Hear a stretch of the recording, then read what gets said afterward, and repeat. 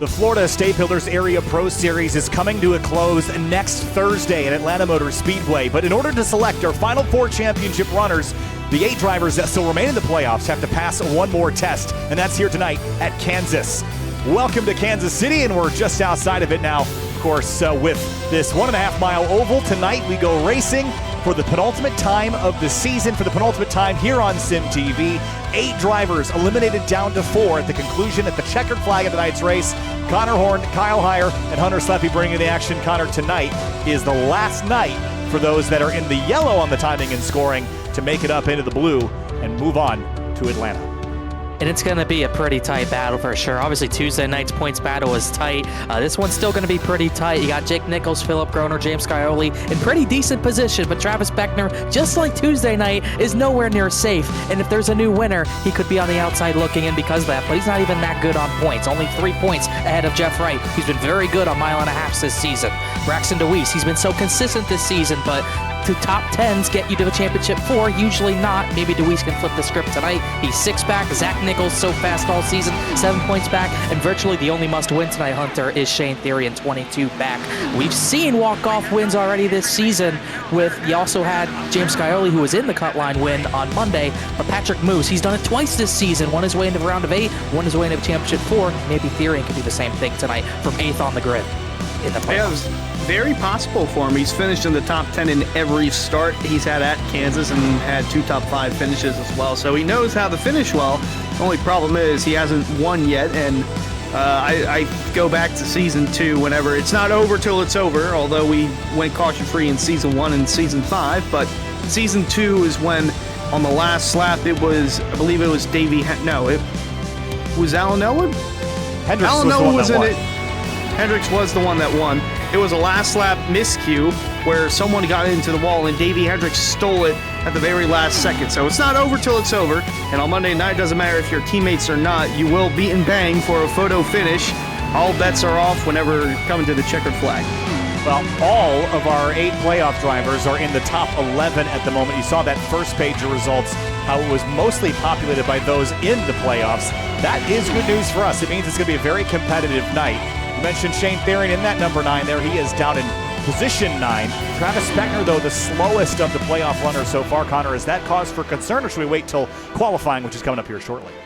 I think let's wait till qualifying, and then let's wait until we get 10 laps on the tires. This is going to be a really weird race. The way the tires are wearing, the way the Xfinity car is feeling, it's not something I've ever really experienced at Kansas before. Different from anything I've experienced at this track. This car is not really in the track, in my opinion, and the tires are going to really wear big time, I think, because of that. You'd see just looking at specific drivers' long-run speeds, the fall-off from one driver to the next is about 1.5 seconds in 15 laps, and that is a lot of fall-off in 15 laps. It's probably only rivaled by the old version of Atlanta, somewhere we will go next week, so maybe this could be a tune-up for Atlanta in certain ways, but this is still such a different track compared to Atlanta, and this is going to be a tall task for so many drivers at a track that's probably the most racy track on the schedule. Well, our practice is complete. Qualifying is coming up next. Before we get into that, we'll remind you to take a moment and subscribe to the Area iRacing Twitch channel. As a subscriber, you get those Area iRacing emotes you can use in the chat, and you can earn those double channel points that you can use to redeem for free merchandise for just $5 a month. Join today, twitch.tv/Area iRacing. We're definitely sending you there because we still don't know who next season's broadcast partner will be. We're stepping away from a whole bunch of things next season. So twitch.tv/Area iRacing is Area's home for coverage. So $5 a month, twitch.tv/Area iRacing. And qualifying is underway. Travis Beckner was the slowest of the playoff competitors in practice. He would very much not like to be the slowest in qualifying. And he'll be the first playoff driver on track.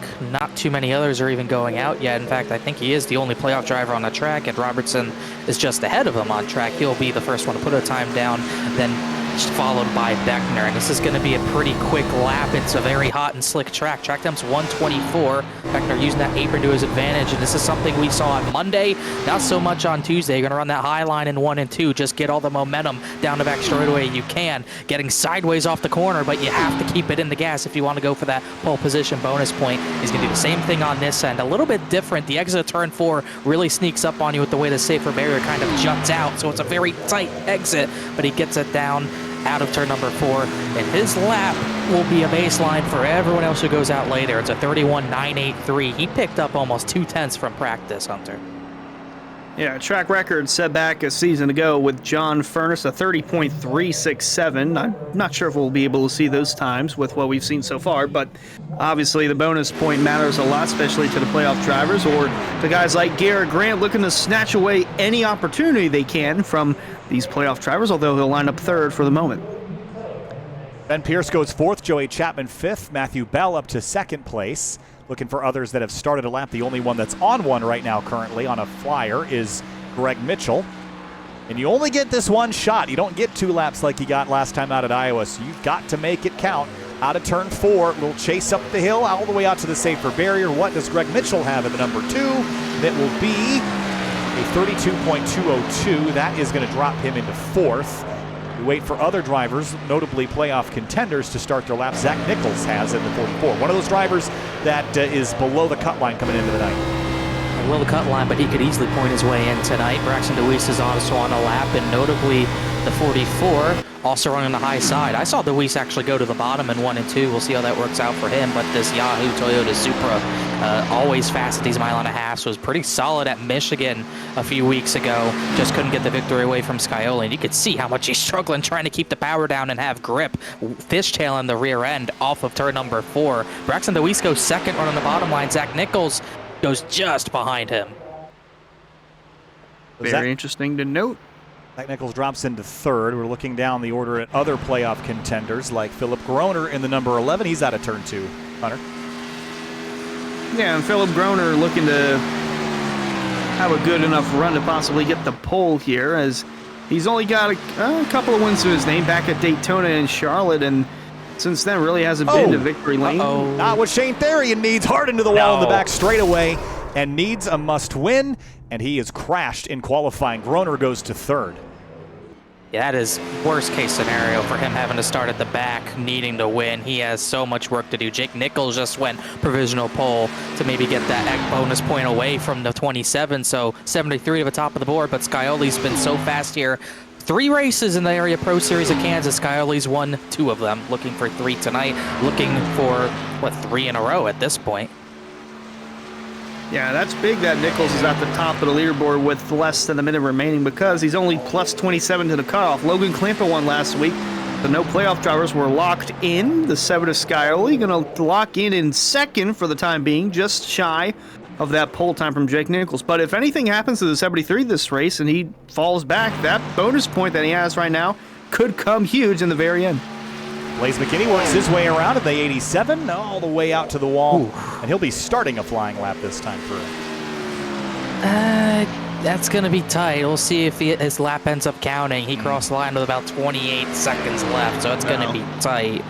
I know Matt Kemp is on a lap, or at least he was. He actually just kind of wrecked that too, so that lap won't count. If anyone gets a lap in, it's going to be McKinney. No one else will get a lap in. And I don't even think he'll make it. So, and he's not going to. Out of turn 4, too short. Yeah, he's not going to get there. So checkered flag is out. Nichols and Scioli are going to be on the front row for this one, as qualifying is now complete. We'll head down to the racetrack here for warm-up in a few minutes, and then we'll get racing tonight at Kansas Speedway. Another look at the playoff picture coming into the evening. Nichols up 28, then Groner and Scioli up 14. Beckner up 3 over Wright. Then it's DeWeese, Nichols, Zach Nichols, that is, and Shane Therian wrapping up the rest of your 8 runners. Only 4 will move on to compete, and it's the best of those 4 that finish at Atlanta that will determine your champion. Before we get into the night, of course, our starting grid sponsor is Central Mobile Homes. If you're looking for a smaller, large home, a new shed, or a Triple Crown trailer, look no further than Central Mobile Homes. They've been proudly serving Florida customers for 28 years with a plethora of small and large home floor plans, shed designs, and Triple Crown trailers. Available in LaBelle, Okeechobee, Clewiston, and Sebring. You can head over to centralmobilehomesinc.com to get started today.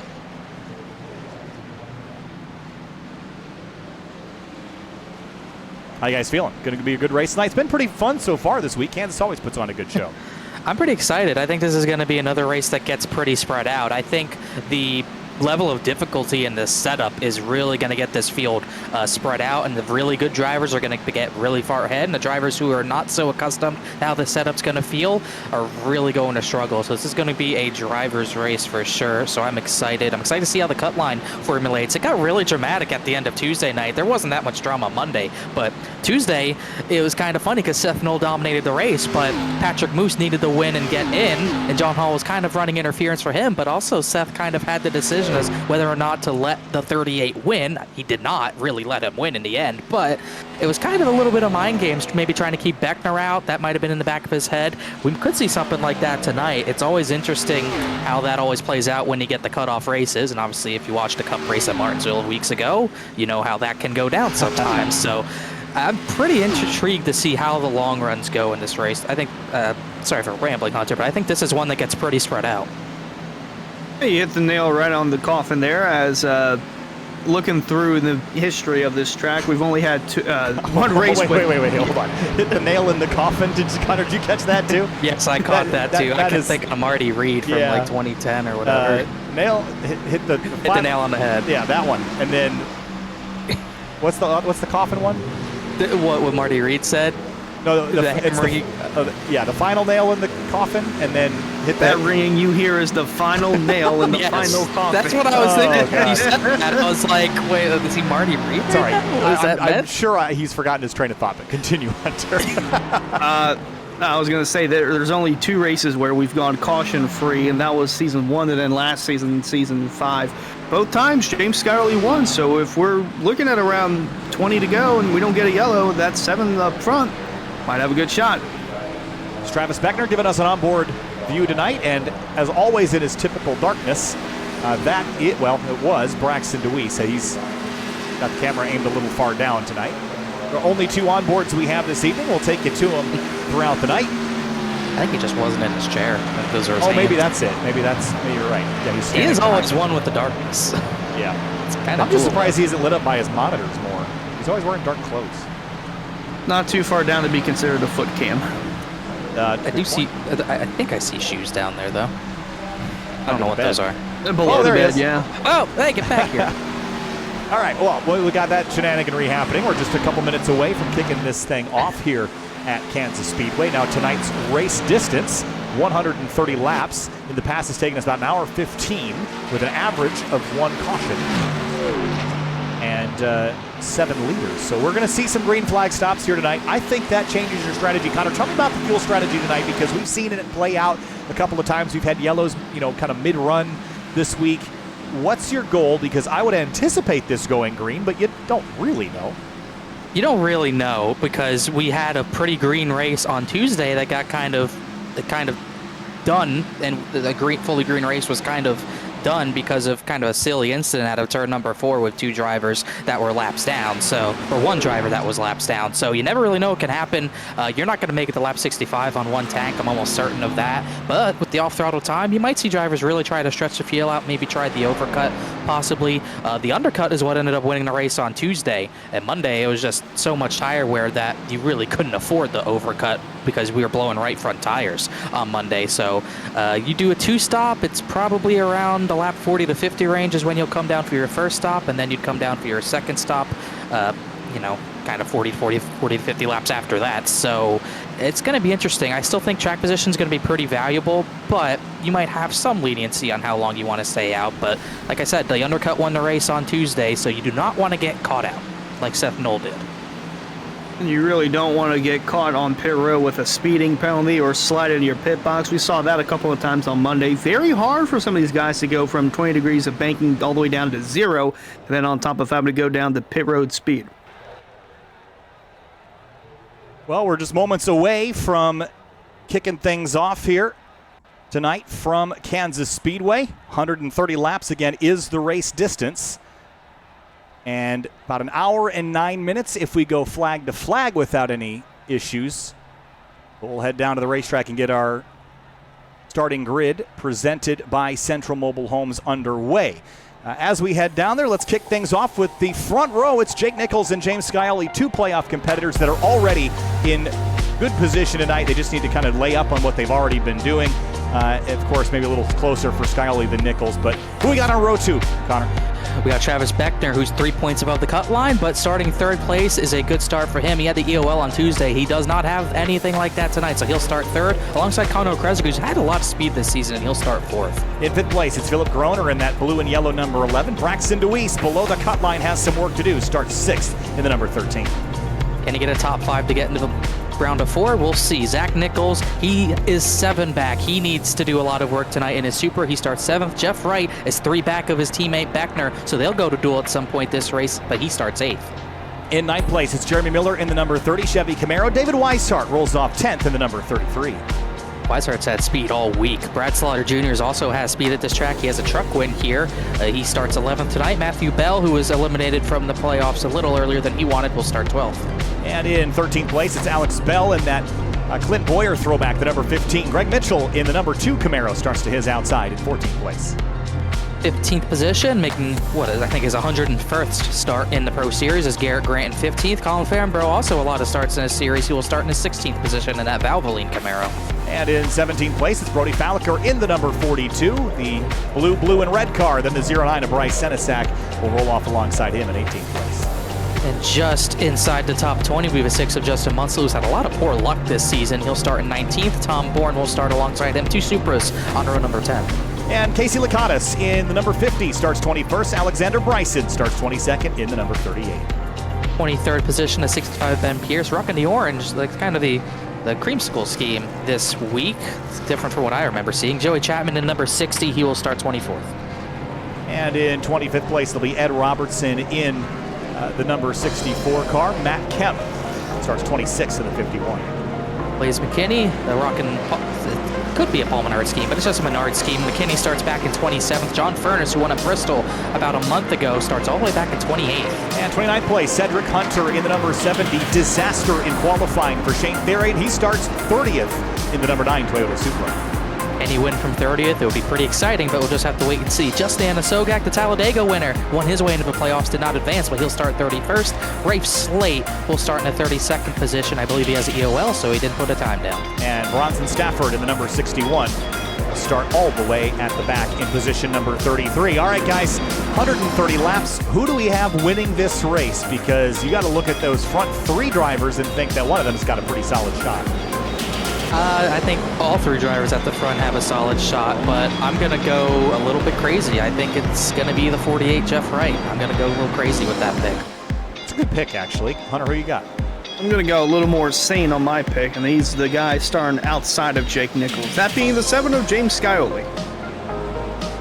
Ooh.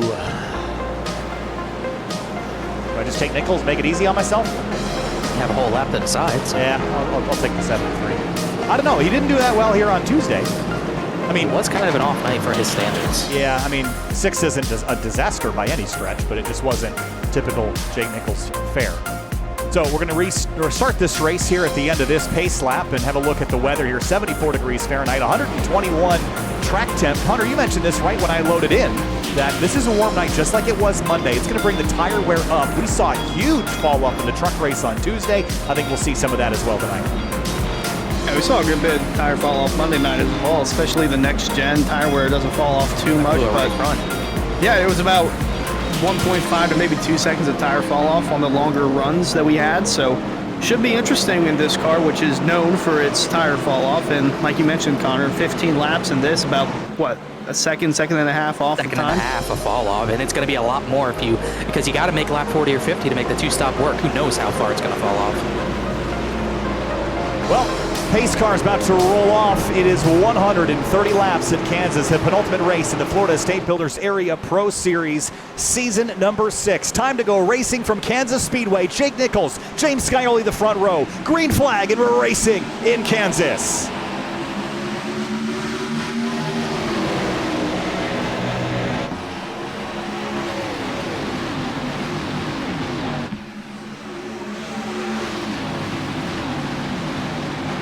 Thought they were going wreck there, almost 4-1. They're trying down the back straightaway for the first time, 185 miles an hour into turn 3, right down against that white line, at least here on the early stages. And Jake Nichols is going to come out of turn 4 and lead the opening lap here at Kansas. And the top 4 in the playoffs are top 4 on the racetrack right now. Jeff Wright trying to get that 5th position. He's going to have to chase down Beckner if he wants a shot at advancing. There's no way he finishes behind the 27 and makes it in. He's the first one. No surprise to see him be the first one to the high side trying to test it out. And it'll work short run, but how bad will the tires struggle because of it? He'll get 5th from Okrezik. He'll sit behind Philip Groner. Looks like he's going to run it again through 3 and 4. Obviously going to be interesting seeing how long he'll be up there in the short run, and Braxton DeWeese taking no time to hesitate. He'll go on the outside of Weishart, trying to get around him for 7th. Meanwhile, for the lead, Scioli looking low on Nichols in the 1. Already challenging for the top spot. He's going to go to the bottom. Nichols will fight this in the middle groove here. Door to door between these two. The Rick's Hot Sauce car on the bottom, the 609 car right up the top, and they're dead even down the backstretch so far. And Travis Beckner's just watching this, salivating, and said, yes, guys, burn your stuff off early. I'll take this lead in a few laps. And that's what Beckner should be doing. Just sit back, let them battle, let them wear their tires out, and then strike maybe later in the run when you have that extra tire life. But this shows how important track position is, as Nichols almost knocked the wall down out of 4. He wants to keep that top spot, wants to keep the clean air on the nose, but he won't do it. The 7 got the spot. Scraped it enough to where the 7 could get the lead. He's trying to get along his quarter panel. Oh, Matthew Bell had a big slide through 1. Might have scraped the wall just a tad bit, but Nichols still looking to the outside of the 7. Meanwhile, DeWeese still trying to get around Weishart. Here comes Zach Nichols joining the party. Yeah, there's that 44. See the yellow on the number boards. That signifies drivers that came into the night below the cut line. Those in the blue came up above it. It doesn't live update, but our points will throughout the night, and we'll carry that story and topic all the way to the end of this race. There's the 8 of Brad Slaughter Jr. He's up 2 spots from the start, and he's looking at 2 more right ahead of him. Yeah, Slaughter always good here. He'll try to get a victory in the Pro Series for the first time tonight, as this is a pretty frantic battle. They were 3 wide at one point in that battle with Weishart. Weishart prevailed for 8th. DeWeese gets the 7th. Zach Nichols falls down to the top 10 pretty early on here. So 7 of the 8 playoff drivers in the top 11. Shane Therians only made it the 27th. A little further back, Greg Mitchell, Colin Fambro battling for a position outside the top 15. This is right around the 15th position, 16th and 17th on the racetrack. Fambro on the bottom, Mitchell on the outside. Everyone's bottom feeding here early, right up against that white line, Connor. How expected is that? Will that line remain viable throughout the night, or do you think everyone will just slowly drift up as the track rubbers in? I think short runs, you'll see drivers run the high side like the 48 is, but if you want to save tires for the long run, everything I heard from multiple drivers, not even just my own, you need to be on the white line. The white line is your friend tonight. That's actually what Seth Knoll told me out of his B-Fix experience, because this is the same setup as the Fix Series official on iRacing do. I think you'll see more drivers kind of run a slide job type of line. What I mean by that, they'll dive it into the bottom of the corner on entry, and they'll let it drift up to the wall in the middle of the corner, and then use that on exit. So you might see that later in the run as the tires were on, but if you want to keep the tires on, you're going to need to be around this white line like Braxton DeWeese is right now, instead of doing what Weishart is doing in the middle of the racetrack. And we see the top half of DeWeese on the bottom right, but he's on the back half of the top 10 here. Man. Still what a duking sentence it out. that was. The top half, bottom half. Oh, man. It's all calculated, just like Weishart trying to calculate this pass on the outside lane, or the middle lane, I should say, but it was along the outside of the 13. Really the only one to do so, but yeah, interested in seeing all these guys working the bottom. I'm just wondering who's going to be the first one to just say, all right, well, I'll just stay up here on the outside lane. And ooh, Slaughter looking a little loose there. Hunter's got bars tonight. I was about to say, he's been on fire already.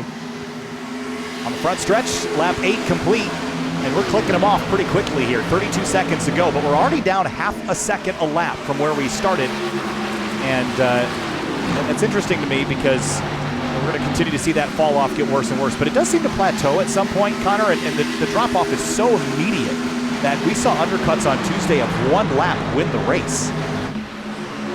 Yeah, if you were watching John Hall with that move to the apron, it ended up getting the track position, but Patrick Moose, his undercut ended up playing out correctly for him. Those two kind of battled and let the 38 get back in it. But yeah, 1 lap can make all the difference. I don't think the overcut's going to be very viable, especially in a 2-stop strategy. So you need to be ready to beat the driver you're battling to pit lane. And you also got to make sure you can get the pit lane cleanly. You saw a lot of speeding penalties on Tuesday night especially. That could ruin your race. It could ruin your season for someone like Travis Beckner or Braxton DeWeese or Zach Nichols. So you got to be careful.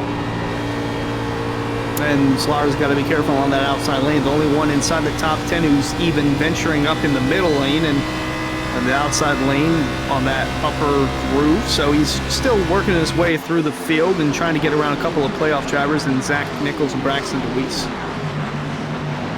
Brad Slaughter Jr. goes up to the middle groove there, and you mentioned, Hunter, Zach Nichols is watching from behind. Jake Nichols up to second place, started on pole, led a couple laps. Scioli took the advantage, and now here comes Travis Beckner.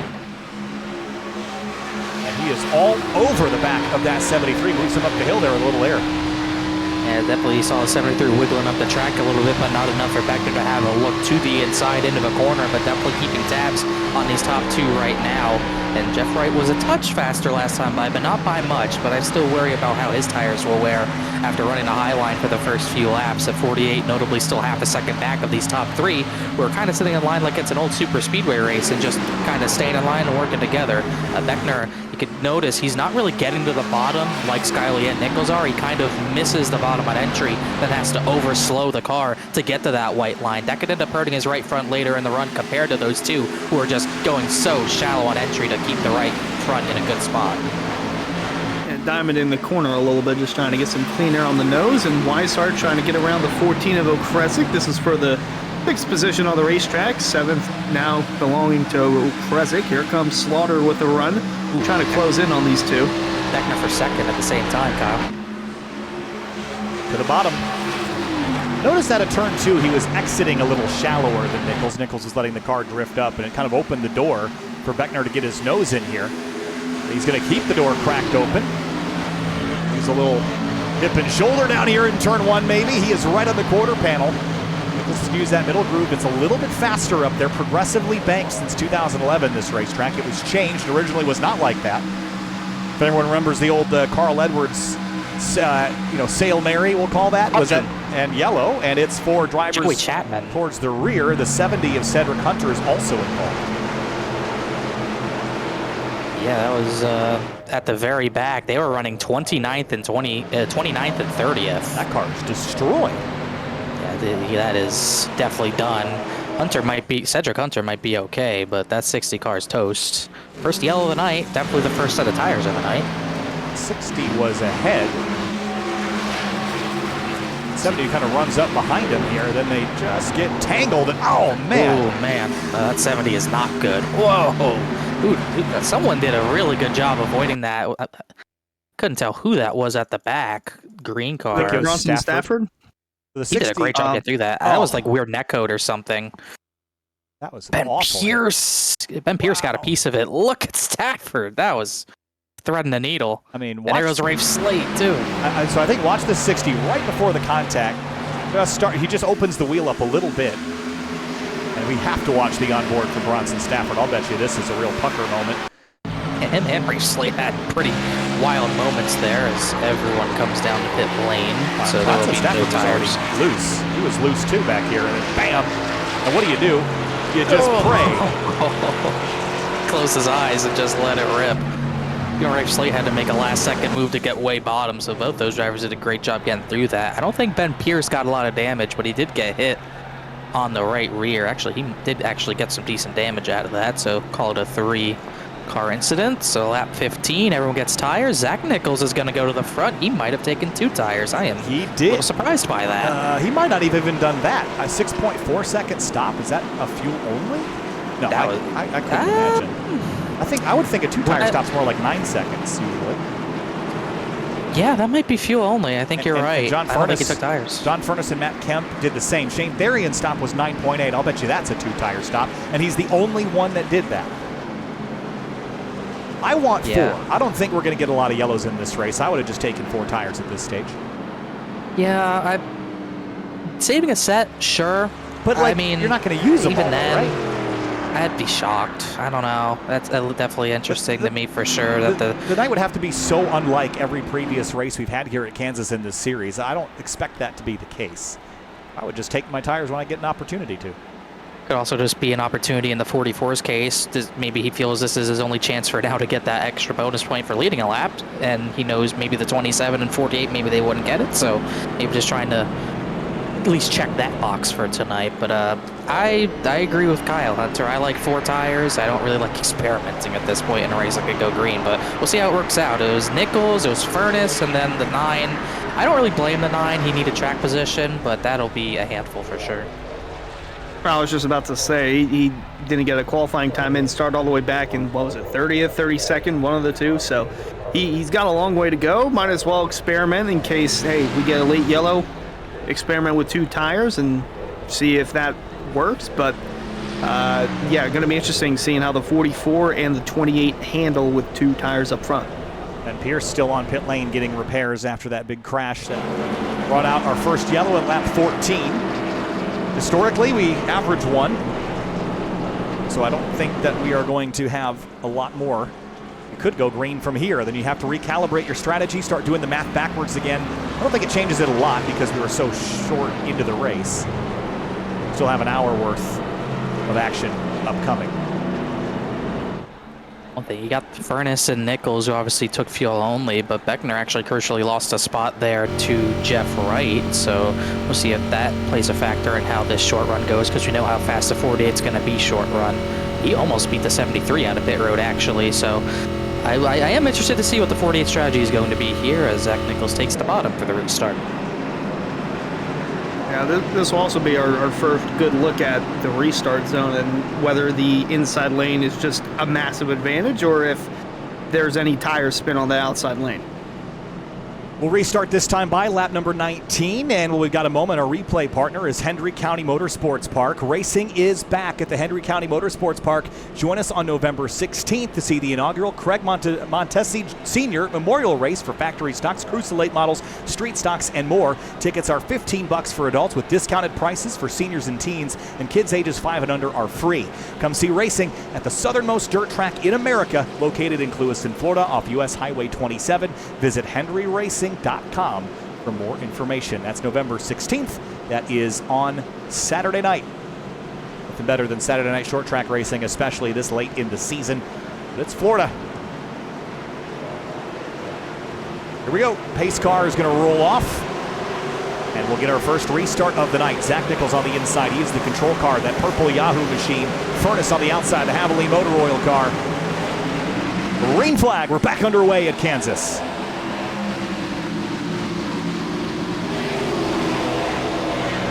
Good launch for the 44, and Scioli's going to fill the gap on the inside lane now, and Furness going to not go anywhere. I don't know that this no tire call was a strategy. Neither was it for the 44. Here comes the 7. Scioli made a mistake. He got too high up, kind of put himself out of the groove. Jeff Wright's looking 4 wide for the lead almost. He won't make the decision, but Jake Nichols played that perfectly. He'll get the lead away. Here comes Travis Beckner trying to poke his nose through. There goes the 44.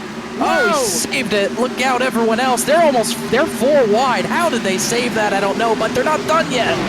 Will they make it? They will not. Crash. The 18's around. The 30's around. Cars everywhere at turn 1. The caution's back out. They're still crashing. Oh. Tom Bourne got turned. DeWeese might have been in that. Don't know how much damage the 13 has. Well, that was expected. Anyone want to not take tires again? I would think not. Yeah. I would bet against it, that's for sure. Philip Groner might have gotten a piece of that as well. It all starts right turns Nichols, just because Nichols' speed is slow. They get 4 wide here, and Miller and Senesek come together. They also wrecked behind them. The Fambro got turned, maybe with Greg Mitchell. And a Sogak almost made it through. Yeah, there were 2 separate wrecks there. Yeah, then Tom Bourne got turned at the very end. That wreck started out of 4 and ended in 2. This one was really a 3rd wreck from 98, a Slate drifting back up on the track. But they're just cars everywhere. And that was Bryson. Oh, was it Bryson? Sorry. I think so. But yeah, you saw Philip Groner got hit in the right rear. At DeWeese, I thought his front end got damaged, but visually it doesn't look too bad. Yeah, and Sogak almost got through that. But yeah, I don't even know what happened with the 18 there, but it was all started from that stack up out of turn number 4. And looking back at it on my own, it was the 87 got into the 18 to set that part of the incident off. But like we said, that was because he had one driver not take tires and tried to hold out to do it, and Jeff Wright just wasn't quite patient enough to stay off of the 44. And even he might have got some right front damage out of that, but visually it looks clean. So I'm sure some of the drivers will take back their pit stop choice. I will take back my comment about their going green to the end. I should have known better. We've seen how this goes. I'm sure Zach Nichols was fine with that. He was able to survive all that. So at least he gets to survive for another race or another set of laps. Going to restart probably around 105 to go. So race slate stopped at the end of pit road. I don't know why, but there's a lot of drivers on pit road repair damage from that. Okrezik, who is fast. Deweese is looking to be repairing right rear damage. Brody Falliker's out of the race. Miller, Greg Mitchell are out of their cars. That was a huge crash. It was like several little smaller crashes that all sort of were caused by the same thing. Little crash clusters, if you will. Yeah, that's one of the longest lasting crashes I've seen at Kansas. That's something Shane Thierin will probably enjoy because it kind of helps him out a little bit, but he still needs to win. But it might at least take some cars out from in front of him. Well, 98's just stopped. Yeah. I think he said he was having some black screen issues. Maybe that's what's going on there. Oh, there he goes. Got it fired back up again, and he'll roll back around just in time to avoid going a lap down. Get the 2 to green this time, the 1 to green next. I would like to venture and say that nearly every time drivers don't put on tires early in the race at a racetrack with high tire wear, it's caused a crash. We're going to have to do it again because Zach Nichols did not pit there. Neither did Furness. Yeah, Furness didn't either. Furness actually, he managed better because he didn't get turned, so at least he's still in 5th, but you could tell you didn't even need to wait until turn 3. Usually, Hunter, with these strategies, you got to wait until turn 3 to really see how bad the tires are. They didn't even make it out of 2, really, with a chance to lead this race under green. Scioli would have had the lead earlier if he didn't drift up a little bit too much. That actually put him on the back foot now because he's behind Nichols and Beckner. So far, 2 cautions, one at lap 14, then the next after the restart on lap 20, caused by a stack up from the drivers that did not take tires. They will stay on the racetrack. Now there's a heat cycle on those, the fresher tires, but it's not going to be enough to matter, I don't think, as the lights go out on the safety car. Next time by, we're going green. Now Travis Beckner has moved up to that front row on the outside, and we'll see if Weishart can try to drive by on the bottom. It seems like that inside lane got a pretty good launch last time, Hunter. We'll see if that happens again. Yeah, even with the older tires, the older tires for Zach Nichols, John Furness, they were able to fire off just fine until they got to the turn where the advantage went to the guys with newer tires. But I would expect the 73 to get a bigger jump than what the 44 had. Before we get back to the restart here, check out the High Banks podcast as 2 blue-collar guys, Nick and Alex, talk about NASCAR and more. Listen to episode 205 with Brad Slaughter, who's running 5th right now, and episode 207 with Jacob Bell, one of the admins here of the Area iRacing series. It's available on Spotify. That is the High Banks podcast.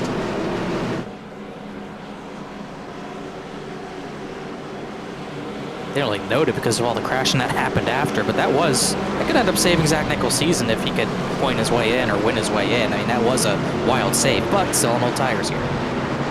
Heading back to the restart, lap 25 of 130 here this evening. About 59 minutes of racing remaining. If it goes green to the end from here, green flag, Jake Nichols. Another solid restart, and he's going to drag Scioli with him. And here comes the 15 of Alex Bell, 3 wide on the bottom. He did that on the initial start too, just taking people by surprise, going to the apron to get those spots. They're 4 wide, trying to work around the 44 of Nichols again. Looks like Senesac's going to back out as Bell slides in front of John Furness. Nichols, Beckner, Scioli, the top 3 as the 2 drivers on old tires, plus the 9 on 2 tires, remember, trying to make something happen. And the 44 down to the bottom, the 28 on the outside, so these guys are going to have to snake their way around the 2 guys with older tires as Jake Nichols continues to lead. Meanwhile, the 7 is Scioli and Travis Beckner are side by side for second. Oh man, Senesac walked up the hill, climbed to the top of the ladder and almost fell off. He You don't want to fall off the ladder. It's usually not good. Zach Nichols is in such a bad spot. People are flanking him left and right. He's already back to about 13th position, and he's going to struggle to hold on as looks like the 48 of Wright's the first driver to the high side. Not very surprising here as Jeff Wright is 7th. But this has really worked out for Therian. Remember, he's on 2 tires still, but he's worked his way up into the 8th position. Must win, though, for the 900. Yeah, he's steadily making progress, though. He's worked his way up to 10th, and oh boy, Zach Nichols in a pickle back there. But yeah, he's now working around the 15 of Alex Bell for 7th. Bell's going to fight back on the inside, but the next car in front of him, the playoff driver, Jeff Wright in the 48, is going to be huge if the 9 can, and he will clear him there. And he might get a 2 for 1 here because Wright's door-to-door with Slaughter for 5th.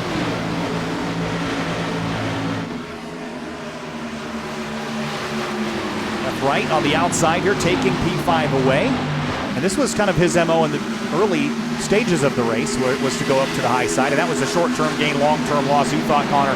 But as you run more laps up the racetrack, the track gets rubbered in. Doesn't that disadvantage the tire wear start to sort, not even out, but slightly move away from, you know, as bad tire wear as you would feel on the I think it'll be better as the race goes on for sure, but you need to have enough drivers to rubber that in. I've really only seen 2 or 3 drivers short run do it. Now it's Slaughter doing it. There's a big bump up there they keep hitting as well as Beckner's going for the lead. He just hit the apron big time there, but he at least saved the car. But yeah, I think later in the race, I think that tire advantage has, you know, the wear disparity will not be as bad, but I still think with how much of a difference it is, you'll still want to be on the bottom line for saving the tires. But if we get to 30 to go yellow, the tire save is kind of out the window at that point. So we'll see how we'll see how different it gets. The top side is usually dominant here, not in seasons past though. With this setup, it really could change things. But once again, you see most drivers going to the bottom of the racetrack. Wow, Beckner had a great 1 and 2. Was able to reel him in there.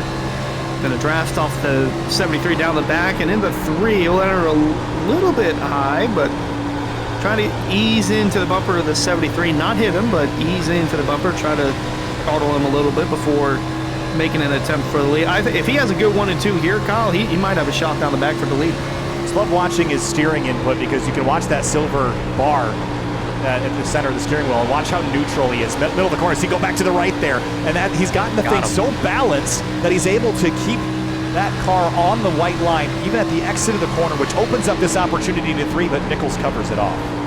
No, he covered it off late too. Beckner wanted to fire it in there to get to his inside, but Jake Nichols was fearless to dive into the corner that way. But Beckner, I think, realized that, tried to back up the entry to get a better exit, but he will not get close enough to the left rear. But that's what you got to do. When everyone's planted on the white line like that, the best thing you can do is just get as close to the bumper as you can without hitting them, get them loosened up off the exit of the corner, and then get the run to their inside. But that time it was Beckner who got a little sideways right behind the 73.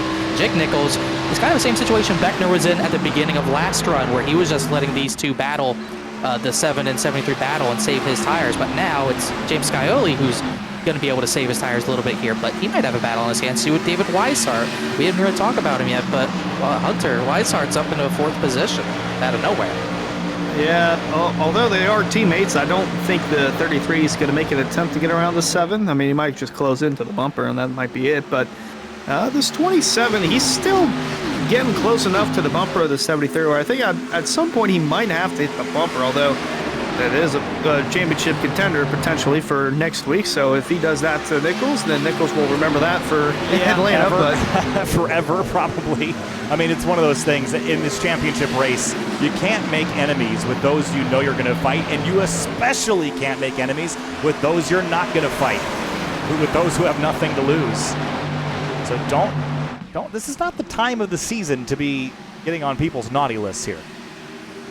No, definitely not, but I don't know how much Travis Beckner cares about that. We've seen it so many times over the seasons that we've covered that he's willing to rough up anyone and everyone for a win, for a championship, doesn't matter. He will get his hands dirty. His hands came into area dirty at this point, so I don't think that's really going to be in the back of his mind for the most part, but I think what is in the back of his mind is keeping the tires on it, because he is starting to fade off the bumper of the 73 as Philip Groner battles Tom Bourne for 10th. Good run for the 16 so far. Not so much for Groner as he slips back to the 11th position, but with the bumper he had, he's still good by 8 as it runs. Now as Matthew Bell and Alex Bell, just a couple of bells duking it out for the 8th position, closing in on Brad Slaughter, who was passed by Shane Darian in the number 9, again on 2 tires. He's been able to drive up to the top 10. Beckner now with a decent run to the inside, looking for the lead from Jake Nichols into 1. It's tight between these two, side by side for the top spot. And Nichols is leaving He's Beckner loose. just the tiniest bit of space, and it cost that 27 to get all sorts of sideways. Whoa. And Darian The loose 9. in the background. Yeah, Yeah. he was super sideways coming off of 2. That's not what you want to do, because one slide like that, your run's pretty much done. Remember, he's still on 2 tires, and this is something that I think a lot of drivers are going to look at. He only took the 2 right side tires. He's made them work. He's actually gone faster this run. He did not make up much progress on the very first run of this race, but he restarted before the big one in 17th, and he's worked his way up into 6th. So for drivers later in the race, they might see that and see those 2 tires working, but we'll see how the long run goes for him, as you can see how sideways he can, as Matthew Bell just about squeezed Alex Bell in the wall. A little too close for comfort there for Alex Bell, but live to see another lap. He'll run in the 9th spot for now, and Slaughter's still trying to work on that outside lane, trying to generate a run to get back to the 9 at Tyrion, but we'll see if the 27 can rework anything to rejuvenate his run at gaining around Nichols for the lead. Beginning to spread out just the slightest bit. There's Bryce Senesac in the 09 at the bottom. Narrowly avoided disaster at that lap 20 crash. Or was it it was lap 14 crash, rather. And there's the 38 of Alexander Bryson. He was involved in the lap 20 accident.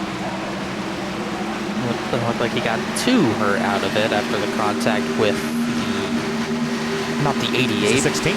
The 16, and that didn't hurt Tom Bourne that much either. He's still running in the top 12. Brayson's kind of had a quiet year. He's trying to get a top 15 out of this night. Still a very long way to go, as Alex Bell's trying to fend off Philip Groner for what is now the 9th position. And at the front, the top 4 are kind of converging on each other. They were pretty close to each other last time by, and they're starting to see Beckner move to the middle of the racetrack. All these drivers still running the bottom, but I did see Beckner and Scioli run kind of the low seam in the middle of the racetrack in 3 and 4 that time. And 73 is taking note. He's going to block that run, but that's just going to leave the door open for Scioli to the inside. Not going to be enough to get along the quarter panel of Beckner, but again, he is reeling in on Jake Nichols, but catching him is one thing. He hasn't been able to pass him quite yet. Yeah, these 2, actually these 3, these 4 have all had their run-ins up at the front here. The 27 and the 7, the 27 and the 73, the 27 and the 33. I mean, they are... Put them on a whiteboard. Yeah, I mean, start keeping Got track. lots going everywhere. Yeah, I mean, it's a lot of connections between these 2. It doesn't mean it's going to get rough. It just means that you're not going to cut anybody a break. We saw Nichols do that when Beckner was going for the lead. Nichols just drove down the racetrack. He left in space, but it was like, for those that are familiar with the National Autosport Association, they have a rule that you have to leave 90% of a car width. That's kind of what it felt like. They left him 105, but it felt like 90, I'm sure. Oh, he definitely gave him only what he needed to give him without crashing, and took the track position. We talked about it. It's going to be an important part. It already has been important. If Beckner cannot make anything work there, if he's not that fast to where the 73 just lets him by, he's going to race him pretty hard to keep the clean air on his nose. And Beckner, I think, knows he's probably not going to get the 73, and he's just going to let Scioli by. Scioli just actually came over the radio asking if everything was all right with Travis. You never see him let people by like that, or at least Scioli never does that. Never sees it, at least. Is that a mind game there, Hunter? Is something wrong, No. Travis? What's going on, Travis? Why was that so easy, Travis? Oh, that might be a little bit, but maybe out of the ordinary, because Beckner was reeling in. Oh, lap car, they're closing in on quick up there, but I think Beckner was just trying something different, and it didn't quite work out, and whoa, almost put a Weishart in the wall, and well, the 33's not running for championship or anything, so you don't want to get on his bad side either. Perfect example of what I said earlier. You especially don't want to get in his bad side. And Weishart's going to go up to the outside. I wonder if Travis is maybe realizing that this fight is not worth one having right now. Save some tire for later. These runs will be long. We're 28 laps in. Probably about halfway through what you'd want to do. Yeah, everyone pit around lap 16, so I think we're probably in one green flag pit stop territory at this point. So yeah, this is around close to halfway in what you'd want to do on your tires and fuel, as Miller is the slow car, letting some drivers by here. So yeah, I mean, he's still got a long way to go on these tires, and Beckner might be realizing that he needs to make these last. Yeah, he's falling like a rock. He was contending for the lead at one point, but now he is on the cusp of falling outside the top 30's in the five. wall. Oh, Miller. Yeah, That things was not broken. good.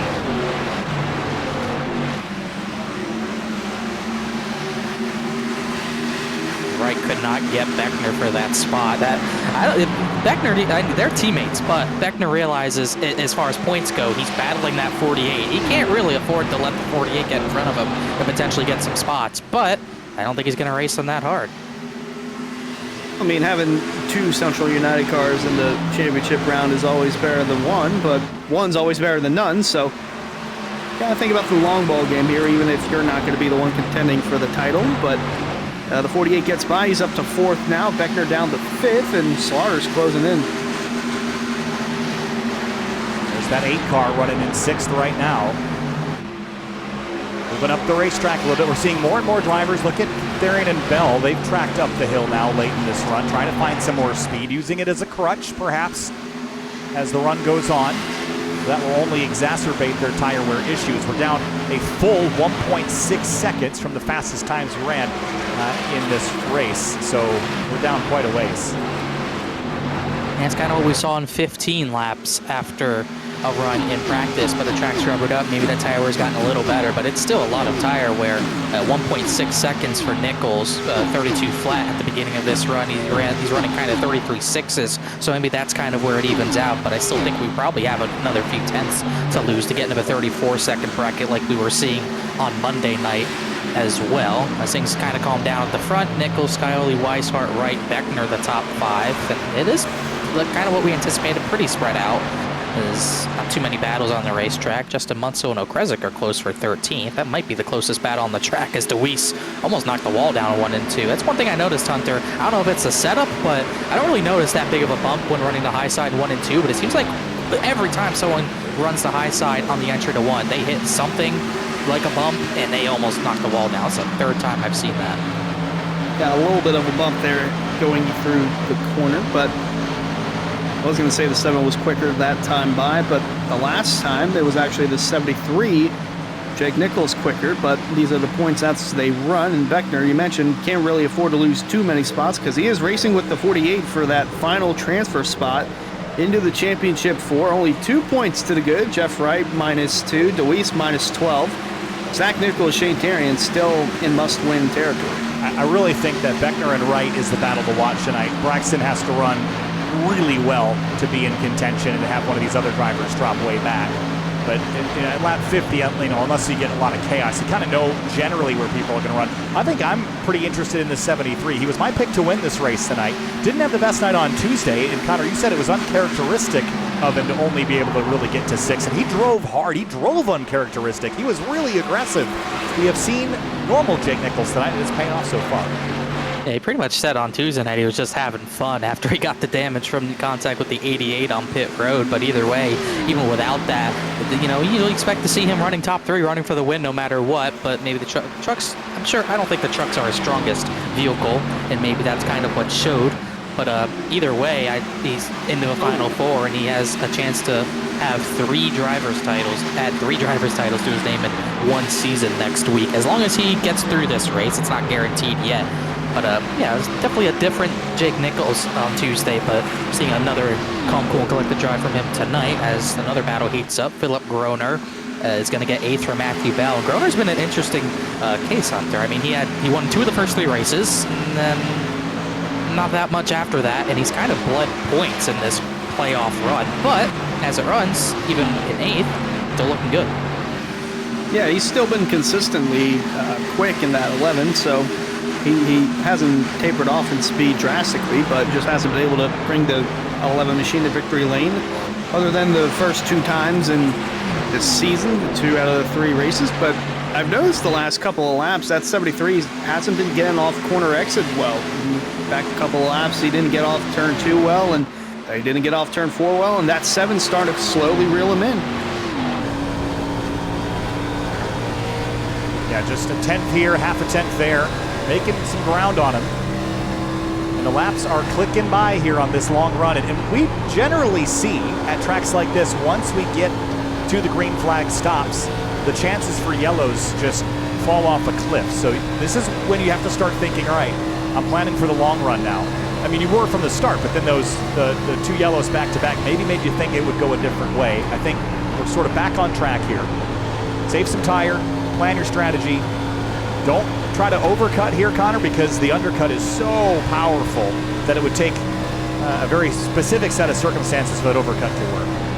Yeah, I think like you don't want to undercut too much to where your tires are going to have nothing left at the end. Yeah. You don't really generally want to play defense ever, but the undercut's so valuable, you kind of have no choice but to at least try to undercut by a lap for sure. So this will be interesting to see. Still probably about 20 laps away from a pit stop, and we still got to get green to that point to get there. But yeah, definitely interested to see how aggressive so many drivers are with their undercuts. You could probably pit around lap 70-ish and make it, but I question if anyone really wants to do that with how high the tire wear is. You need to at least have some life left. As I've seen, speaking of, the green flag running, the chance of it going up more and more the more laps we get. I've seen so many drivers the last few laps get very sideways off of 2 and 4. Most recently, I saw Tom Bourne get sideways. I saw Slaughter get into the wall as well. Yeah, we're at that part of the run, 40 laps for these tires, so these guys are starting to fade off a little bit more. Even the 38 Alexander Bryson scraped the wall in corner entry there, but yeah, it's getting to that part of the run where you can't really hang on to it much longer. You're trying to push as much as you can to stop the bleeding. Like, say the 8 of Brad Slaughter, he's getting attacked from the inside by Philip Groner. He's going to be pushing a little hard on corner exit. Whoa! Oh, man. I saw that. Matthew Bell behind, trying to push hard, trying to get back up to the bumper of Shane Terrian. Yeah, this is an example of what Connor was just talking about, seeing drivers get loose out of 2 and 4. Watch the red tape on the steering wheel. Back to the right, back to the right, back to the right. All the way off the screen he was chasing it so far. So that's what drivers are feeling right now. And they're losing pace and they're losing drivability. And I've seen Bell do that a number of times. I've seen Matthew Bell kind of really struggling with the rear, so that's kind of what makes you want to go a little longer on the tires. You do not want to be caught by that yellow and have to take a wave around, so you need to be really aware of what's going on and see how out of control everyone is, so got to be aware of that as well. Braxton DeWeese is aware of that as well. I haven't seen him slide, but he's lost pace. He lost 12th to Bryce Senesac. He lost 11th to Senesac. He's about to lose 12th to the 14 of Okrezik. Not the night the 13 needed thus far. Groner was able to get around Slaughter for 6th, and now Slaughter's trying to prevent the 9 car of Terrian to get around him. And up front, it's still Nichols by about 3 car lengths over Scioli, and then not too far behind him is David Weishart. Almost to lap 60 now. 65 is our halfway point. What's really crazy to me is how the separation looks. I mean, look at the top 5, separated by 1.7 seconds back to Beckner, and then Philip Groner just got the 6th. Really big gap, 3 seconds between Beckner and Groner, and then you have the rest of the field. But those top 5 are so much better than everyone right now, and definitely shows that Beckner is kind of the worst of the bunch right now. He's starting to fade off of the 48 as He's sitting. Brad Slaughter. That is definitely out of the fuel window, but we'll see if some drivers try 2 stops. Yeah, he could split this into just one more stop at around like 95. 40, maybe 95. Could push it to 100. Yeah, I mean, just to try to say, probably 95 to 105 in that range. Maybe 105 is a little tight to the end, but interesting. We'll see if that brings anybody else to pit lane, Connor. I wonder if the 44-28 will try something different. I mean, there's no surprise that they're not running well. They're back in 18th and 22nd for the 44 of Nichols. So, yeah, I get saving the set, but, Zach Nichols almost wrecked off a 4 as well there. So, yeah, this is definitely not worked out for him. Jake Nichols take notice? Because the 7's really closed in. I think Nichols might be, I thought he was going to come to pit road, but the 7's really closed the gap quite a bit. I think the 7 just started pushing, and Nichols is getting caught by surprise here. Now the 7's going for it. Jeff Wright saw him way up the hill last time, and he made up ground on everybody, save for Scioli, who managed to find a little extra speed, only by 200ths. Battle's on here, guys. Braxton DeWeese, he was another one we didn't even know, but yeah, he picked up on that strategy. He actually came down the pit lane, so he might be trying this extra stop as well. Oh, now the 7's going to go low. The 73 going to give that clean air to the inside of the 7. This might be all Skyoli needs. No, it's not going to be enough to get alongside, but that move to the outside definitely threw the 73 off by surprise, and now the 7 can go wherever he chooses.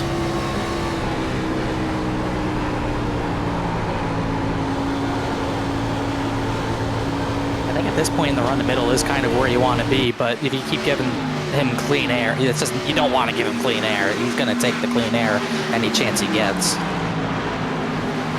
Middle of the track for Nichols, to bottom for the 7. Look at the 48 all the way up to the top. This is this progressive banking multi-groove racetrack at its best as drivers start to explore the limits of it and figure out where their car is making speed. And the times are still getting higher. We're in the 33.8 bracket. It was a 7.99 for Nichols that time, actually. Jeff Wright was a full 10th faster. And once again, kind of closing in on these guys. Well, Beckner was like a full 10th slower than the 73. And Philip Groner was pretty close to the leaders as well, but so far back doesn't matter. But this is not what I'm accustomed to. Jeff Wright is usually a short run driver and kind of fades long run in this league, but right now looking very, very fast. And back in the 7th position. Now 8th is the 9 of Shane Carrion. 43 so loose. I can't believe that he's running as well as he is with how hard he's had to chase this car over the course of this one. He's swinging it, that's for sure. And he's running the high side and not being apologetic about it. Right there, he hits that bump, goes up the track as he's having to battle a number of drivers. Got 7th from Therian, but also Krezik's been very good this run as well.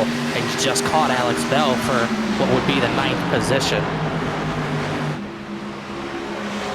Battles all over Krezik. Oh, look out. Wow, threading the needle there. Bell had to back off, and they'll live to see another lap as the 7 still reeling in. The 73 can close in.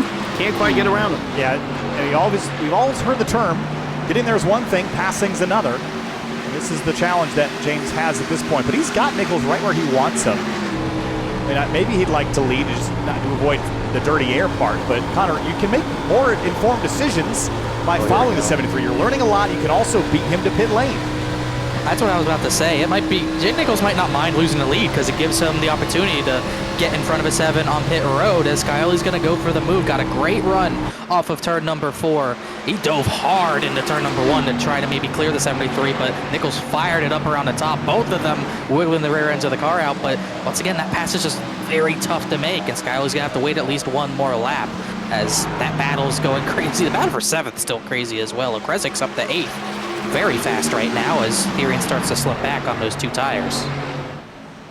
Yeah, Nichols now taking advantage of the outside lane, and again shows how diverse this racetrack is with the progressive banking. You can run the bottom, the middle, or even the outside lane, and I mean, both guys are still giving it their all. The 7's got clean air on the bottom, but the momentum on the outside is what's keeping the 73 in the lead. I gotta say, Zach Nichols, I know he's not at the front, Kyle, but he's been struggling on those old tires. He's basically spinning. He's in turn 4. This has not worked. And yeah, he's at 4. The leaders are in 4. This has been horrible. Well, it all goes back to that no tire call. And watch this. See if he does it again. Look at this. Yeah. He's been doing that the entire time. I mean, this is almost like giving up, right? And he's... Yeah. Kind of seems like it. I mean, but go back to the decision that he made. Why did they make that decision, those 2 drivers? Why? I mean, like, actually the question would be why? Because you know it's a high-wear racetrack. You know that not a lot of people are going to do that. There's no point in saving tire sets. You're in a position where you need to do something different. That was not the different thing to do. And now he's on pit lane, and I think this to me feels like a resignation. Yeah, we'll see if that's going to be tight on fuel, but I mean, it's still possible. He needs yellows. There's no doubt he needs yellows if he wants a chance at pointing in. And it's funny because it didn't work that badly. I mean, it worked bad for Furness, no doubt, but he's still running 18th, very far off the lead, but he's not drifting around the track. That definitely seemed like the 44 kind of just started giving up and not even taking it seriously. So we'll see if he gets the yellows he needs once it all cycles out, but it's definitely been kind of disastrous right now as it's still got these battles just inside the top 10 going on. This is for now the 10th position, actually, with Justin Munsell at the top of the track. Oh, wow.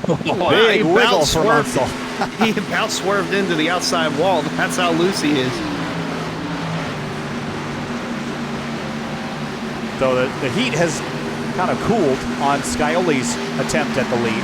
And maybe that's because he's planning on hitting and trying to beat that 73 to pit lane. They're 55 laps into their stint now, and they're 60, make that 59 from the end of the race. So maybe a couple more laps, split it right down the middle. Mathematically, you've got the best tires for the longest.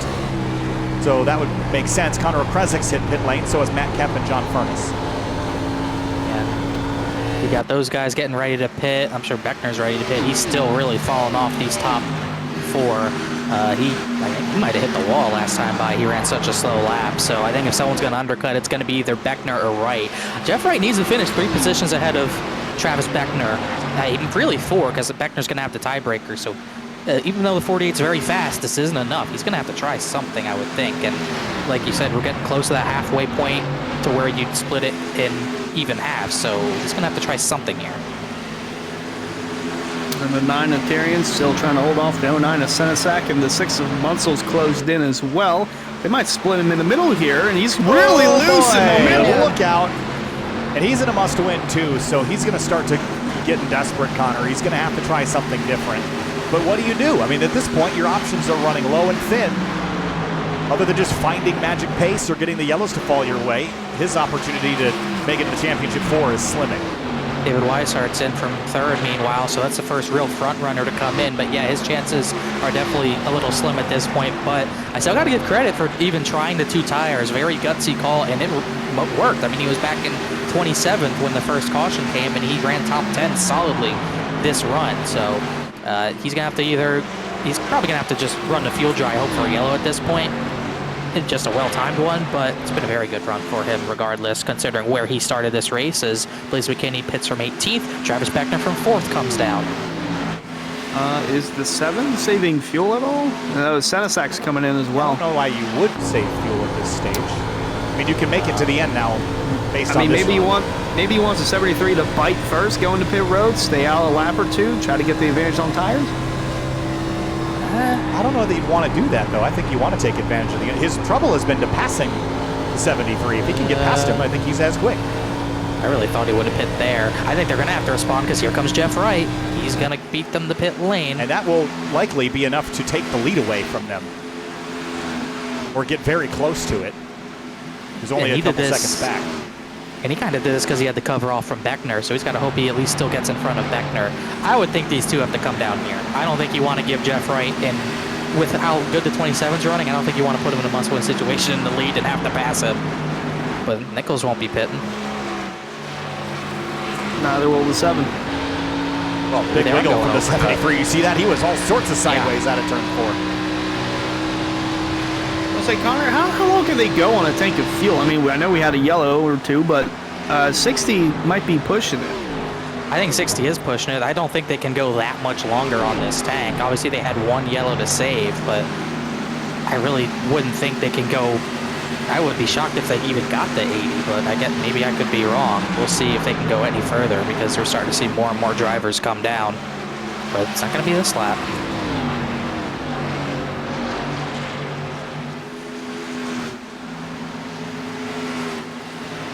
I mean, this is like 1A, 1B. These guys, like they're the classes in the field right now. Whoa, look out! Oh man. Broner, pit lane. And Grant, pit lane. Tyrion did not come down, so I think he's definitely going to run the fuel dry. See if Nichols changes his line. That'll be a telltale sign. He's going to the bottom. I think this is going to be both of them in. I would have beat him. I don't know that following him, I mean, unless he just tries to charge it here, he's not going to. He gained a decent bit. The race on exit's going to be pretty important here. I think he could have gotten ahead. He had just hit a lap earlier.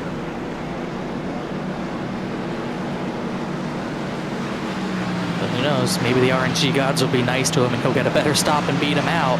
Oh, they're right next to each other in the pit box, too. I'm really interested in the scene where the 48 cycles out. Oh my! It's Yeah, they went at the identical. same time. left side, same time. Yeah, but again, the 73's got the advantage in the box. But he slips. I think the 73 will keep it, but it won't be by much. But there goes Jeff Wright. You'll see him on the outside. 48's going to pass them. And by a Beckner lot. will jump them as well. And by a lot. And you mentioned the 27. There he is. 9 of Theory and hit pit lane the lap after as well, so I don't think he'll even get a lap led. Not that it matters to him. Man, we are cooking with this script.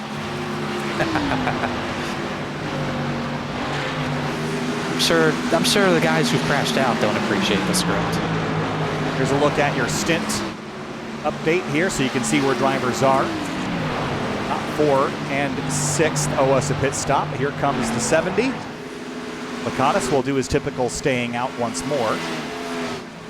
The first driver to cycle through is going to be David Weishart, but he broke a couple laps before everybody else.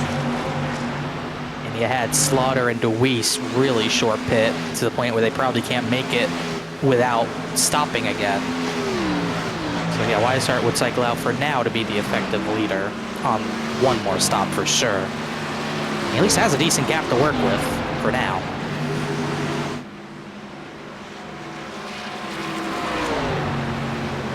There's Casey.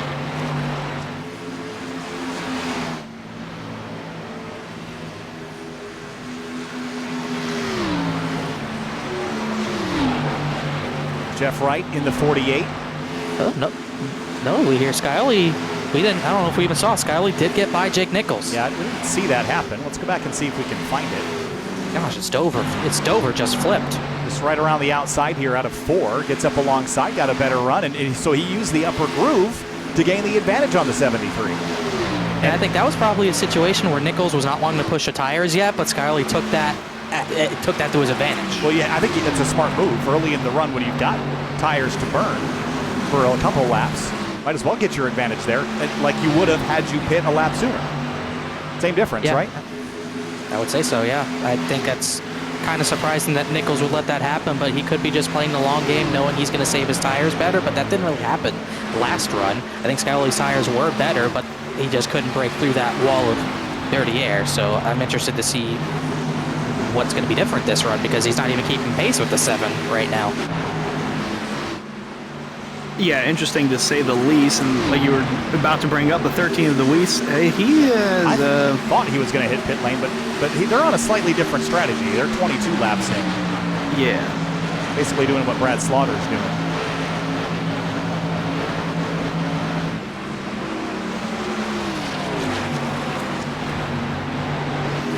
Yeah, he pretty much followed suit. And he was kind of in a situation where he was not going to point in running 11. So I think he saw the 8 pit and figured, yeah, I should probably get aggressive. So this is going to be his play. And I would think at this point, another driver kind of hoping for the yellow to fall at the right time. As Weishart takes the lead away legitimately from Brad Slaughter. Oh, Slaughter clipped the wall heading into turn 1, so he's going to not lose the position, but he'll let the 88 Vanna Sogad go by. But this is interesting because 48 below the cut line essentially needs to win in order to get in ahead of his teammate Travis Beckner, but David Weishart leading 3 seconds in front of him, so anything can happen. So we'll have to wait and see how that plays out. Skyly's advantage over Nichols is growing. Last time by, he gained a full 10th. So is the 73 saving a little bit right now, Connor, in hopes of pulling that out of a hat later? I would think he has to. I don't think he's this much slower than the 7 on raw speed. I think if that was really the case, the 7 would have passed him on the last run. So I think he's definitely trying to play the long game as Beckner gets by DeWeese to come closer to his teammate Jeff Wright. I think it's definitely a play for the end of the race, not trying to wear the tires out now and trying to save them and use them later. Well, this is crucial because this is all for position up here. 4th, 5th, and 6th on your screen. 7th is Jake Nichols just entering the shot. Going to be interesting. Different tire strategies and how the 7 works his way around the 13 and could be the deciding factor in whether or not Jake Nichols can reel in the 7. Well, once we cycle through, it's going to take a while because Weishart has might not take that long. But imagine when the 48 leads this race, how that's going to change the math here. Well, good for Shuffles Beckner. Beckner out. Yeah. He's really not trying to have Tuesday deja vu. No. It's never fun when other drivers are in control of your destiny. You'd really like to come in. You remember that last week Logan Clampett won. Wow. So no one got the freebie to move all the way to Atlanta. So everybody's sort of in the same boat. Scioli, in the meantime, gets by Beckner for what is right now the 4th position. So Beckner obviously short pit by as much as he could, and the 7's already gotten by him at this point. Jeff Wright's gotten 2nd from Brad Slaughter, who still probably owes us a pit stop as well. The best thing for Beckner right now is just for the 7 to pass the 48 and not have to even worry about that possibility. But I'm really intrigued to see how aggressive the 48 gets once Scioli gets there, because he will get there. At the back end of this fiasco with the playoff drivers inside the top 10 is Philip Groner running in 8th, and at speed just being a little bit quiet and hovered around the top 5 or so, but he's kept a nice number 11 machine going so far, and he entered the night inside the championship 4. 40 laps to go next time by. David Weishart leads, 16 laps on his tires, 14 on Jeff Wright. Last time by it was advantage Wright by a 10th. Scioli has 11 laps on his. That was 3/10 quicker than Wright, 4/10 quicker than David Weishart. The math works out, in my mind, for someone like Scioli. There's no one that has fresher tires than Scioli, all the way down to Shane Therian in 17th. So the 7 has really set himself up well. Now, Nichols is on equal footing, but they don't even have anyone on that strategy until Matthew Bell and Garrett Grant, 13th and 14th. So those 2 cars, the 7 and 73, if it works out in their favor, it's going to work out in their favor in a big way. Yeah, I would think so for sure. I think we were kind of not really crediting the overcut to be even worth anything, but I think I would agree with. I think we were definitely wrong on that one, looking at it right now. The thing is, you just don't want, we were talking about that though, you don't want to undercut by too much to the point where you just don't have tire left at the end of this race. That's what I fear is going to happen to the 33 and the 48 and even the 27 as well. So I think it's going to be really, really interesting to see if it evens out, because we did get to a point last run where that fall off kind of leveled out at about the 33.6, 33.7 bracket. So Jeff Wright's hoping for it to even out before the 7 gets him at this point. That's really the battle right now. I was about to say, does the 48 get to Weishart first, or does the 7 get around him before? Let's have the last lap of each driver displayed on the left here. 33.6, 33.3, 33.0. It's about a 3/10 delta between first, second, and third each lap. Note that Nichols, though, it was only by a couple thousandths, but was a hair quicker than the 7. We'll see if that trend continues to grow. Yeah, Groner's been pretty solid this run. Beckner actually ran a pretty decent lap that time by, but yeah, it looks like Jake Nichols is maybe starting to turn up the heat just a little bit. I think if he wants a chance to win this race, he needs to be close to Scioli once he catches a 33 and 48. If Scioli has a second gap to the 73 to be able, or even more than that, to battle the 33 and 48 for that spot, he's going to be gone. And the 73 is going to have to work hard to get by those 2 as well. He needs to start closing up before that battle for the lead begins. That time it was another 2/10 delta between each. So they are evening out, at least that's what the trend is showing. We'll see what it is this time. 33.4, 33.3, 33.1. See, even closer still. And so your hope is that, I mean, again, when you get really deep into the run, Connor, as you pointed out, things are going to even out. And so the race is to get to that point where things even out before they catch you. But I don't know that that's going to happen, at least for Wright, because he's only got a second over Scioli.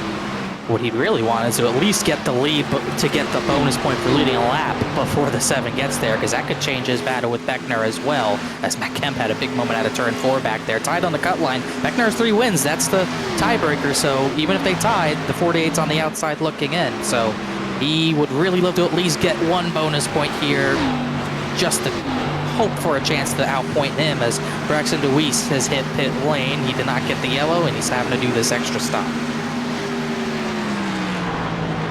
So 35 laps to go. It'll be 34 this time through. A yellow would also save these front 2 and get them back on equal footing, and they'd get to keep their track position, assuming that they could make a stop and get out where they came in. How bad are you going to pray for that if you're Jeff Wright, or would you rather just try to let this run out naturally? I think he would not mind a yellow at all, but if you look at the times last time by, Scioli was slower, actually. Oh, there's a spin! Oh, no, sorry. Matt Kemp got so sideways off of 2, I thought he spun. I apologize, but yeah, I don't think he minds either way. I think he's probably confident in his own ability to hold up to 7 as long as he can, but if he's not really catching... Yeah, it was I don't a blame you slide. for that. That was real close to being a spin. Yeah, I thought he was gone for sure, but I don't think Jeff minds either way. I think he'd welcome a yellow. I think he's pretty good at he's all right at restarts, and he's very aggressive on restarts. But I think he's confident in his own ability to try to go for this win under green on these older tires. I think he likes this. I think he would like the situation he's in right now. Well, I'll offer this. Like I mentioned, we've only had one race in our history at Kansas where we had a yellow. Last yellow came out in that race back in season 2, 12 laps to go, and we had a last lap pass coming off turn 4. So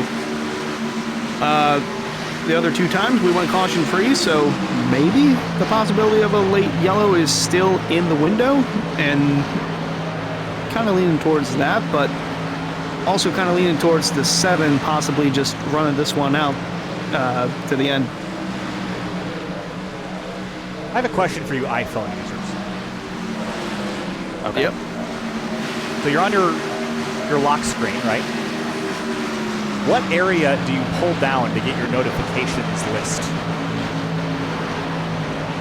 The middle? Yeah, I swipe down. No, but then I just get Siri suggestions and recently used apps. Talking about on your lock screen? Oh, I found it. Okay. Don't worry about it. I was curious. Oh, you swipe. Oh, on the lock screen you swipe up. Oh, is that how that works? Am I wrong? On the lock screen, if you want notifications, you want to scroll Okay. through them. All right. You scroll Yeah. Okay, we're good. I was just trying to figure out. Don't worry about me, guys. How does this affect David Weishart's run to the finish, though? That's doesn't. my question. It doesn't. I just was really curious, and I figured someone here would know. How will this affect LeBron's legacy? I'm a recent iPhone transplant as of like October, and my experience has generally been pretty good. But I don't know. I was always an Android diehard, and I switched, and I haven't really noticed. So that's cool. Anyway, 30 laps to go. It's broken the tension in this battle. Yeah. Well, I mean, it's sort of quieted down, and you know that I still think advantage Scioli, but things have calmed down quite a bit. I'm honestly starting to think it might be a little bit advantage Weishart because he's going to have to work really hard to get around Jeff Wright, and Wright is not faster than Weishart anymore. He's gotten to 9/10 of a second. He is really not gaining anymore, so I think Scioli's got to fight pretty hard to get around the 48.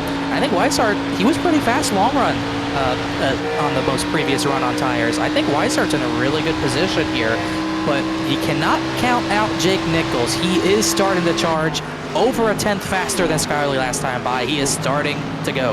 That's significant.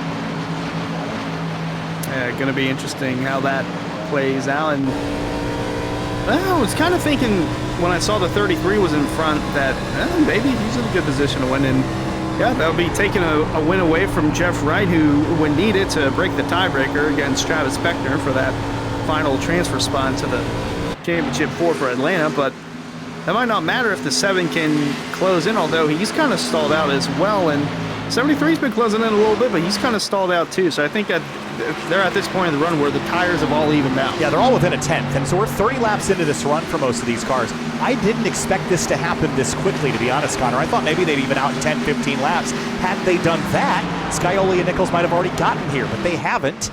I think Scioli might catch Wright, but I think you're right, Connor. There's something that 33 is going to enjoy, and that's watching everyone else fight for scraps for second while he just clicks off laps out here out front. He doesn't need to be the fastest car on the racetrack because these other 3 are going to slow each other down. And I think, honestly, props to Weishart for making this work for the time being. He's been running the middle. He's still sliding the right rear out a little bit, but talk about the undercut being a pretty big deal, and it's definitely worked so far. He's maintained this 9/10 of a second lead for a while. Matter of fact, Jeff Wright lost a little bit of time. He lost a full 10th last time by as well. Scioli's still faster, but I really do like where the 33 is right now. And Jake Nichols was not that much faster than Skyly last time by, so now I think Skyly's starting to probably feel the pressure from Nichols, and probably knowing he's running out of laps, he's got to go soon at this point. And I think he's going to start really pushing the envelope for this runner-up position. Yeah, that might open the door for the 73 to close in even more. He'll have a run to the outside. He'll get along the quarter panel, and he'll be door-to-door for second, heading into 3. And Nichols hoping this goes on for quite some time so he can reel in the 7. But as quick as he caught him, he'll quickly get around him. It's not what Weishart wanted to see. He wanted to watch those two battle for a couple laps. They did not. Rick's Hot Sauce. How about that? Passing the Rick's Hot Sauce car. Heading over to rickshotsauce.com for some of the best hot sauces made locally in South Florida. And check out that Rick's Hot Sauce Rookie of the Year battle in the Area Cup Series and see which driver takes home that $100 prize as the highest finishing rookie in the point standings. 9/10 of a second, 23 laps to go next time around for the 33 of David Weishart. And his season so far, I mean, he's had some pretty good runs this year. Oh, man. Where is Weishart in championship standings? Down at 17. Not up there. But he's had some flashes of greatness. 3rd at Daytona, 7th at Dover, 5th at Montreal, 3rd at Talladega, 5th at Iowa. Could this be the breakthrough first win of the season for him here tonight? I think this is going to be his best chance up this season. We'll see what happens at Atlanta. This has definitely been the best spot he's been in all season long, but I am starting to lean towards the 7 a lot more. Even when he passed Jeff Wright, he was 0.2 of a second faster. Last time by, he was 0.3 faster again than the 33 of Weishart, so maybe the 7 was holding something back that the 73 probably wasn't aware of, because now he's on the charge. Yeah. Another 0.3 out of that lead. Also, not only that, but the 48 has been able to hold the 73 of Jake Nichols behind him. Weishart sideways out of 2. Big wiggle, and I think this is it. It's all come unraveled. I mean, 5 laps ago, it looked like he was the car to beat, and now good. It's all coming apart like it's a second cliff that these tires are falling off tonight. It was Scioli at the same time, not Scioli, Nichols at the same time trying to hustle to get by Jeff Wright, but Wright's planted to the top side, so that pass is difficult. Meanwhile, the battle for the race win, not going to be a battle right now. Scioli easily by Weishart. Weishart's trying to wind up that crossover, but we saw the last time at it too. He doesn't have the grip to defend that. More of a battle for 3rd. Jeff Wright on the outside, Jake Nichols on the inside, still trying to work his way around the 48. He's within a second of the leader, but the longer he battles, the better that is for Scioli, and he can drive away. Yeah, this is not really what Nichols would like to be doing right now. He would like to quickly eclipse the 48. He knows how important it is. 20 laps to go this time by, and he's side drafting, doing everything he can to clear this quickly, because he's using up the tire he saved to get by the 3rd place car. He needs to get to the 1st place car. This is just like last season, too. Last season, it came down to Nichols and Scioli for the race win. Scioli was able to prevail over the 73. It's almost looking like the same script. The only difference, this time, it's a round of 8 cutoff to get into a Final 4. Last season, this was a round of 12 cutoff race. But Nichols is now by the 48, but now he's got to work by the 33. Even still, he's not faster than the 7. It was a 4.93 for Scioli. It was a 5.90 for Nichols. That's the only line of defense that James Scioli has, that being the boss over there at David Weishart Racing, the team he runs for. Running in 2nd, and don't think he'll make it easy for the 73 to get around him, and should be fun to watch as he closes in on Zach Nichols. We'll see how things pan out now as the 33 feels some pressure from Jake Nichols. Jake was really the dominant force of this race for the first half. 62 laps led, all primarily in the opening half of the race. Going to the high side, feels like he needs to use that extra advantage to make this pass undeniable. He cannot afford to sit back here and fight this 33. When he goes for this, he's going to have to do it all in one go. I think so. He's got to try to wind up a good enough run out of 4 to be able to stay side by side with Weishart and then just slide up in front of him into turn number 1. But he might not even need to slide up into 1. Weishart, not a good set of corners there, and now no cars between the 7 and the 73. But as I say that, Zach Nichols is in a fight to stay on the lead lap. But now, at least 1-2, this is the battle to the win. Has had a slide off of 2 there for Justin Andisogak. That's where the smoke was from. There's your cut line. And Jeff Wright really needed those spots Travis Beckner isn't going to catch anybody. Jeff Wright isn't going to lose to anybody. So he needs to just go up there and take those spots back or hope to get a yellow to reset. I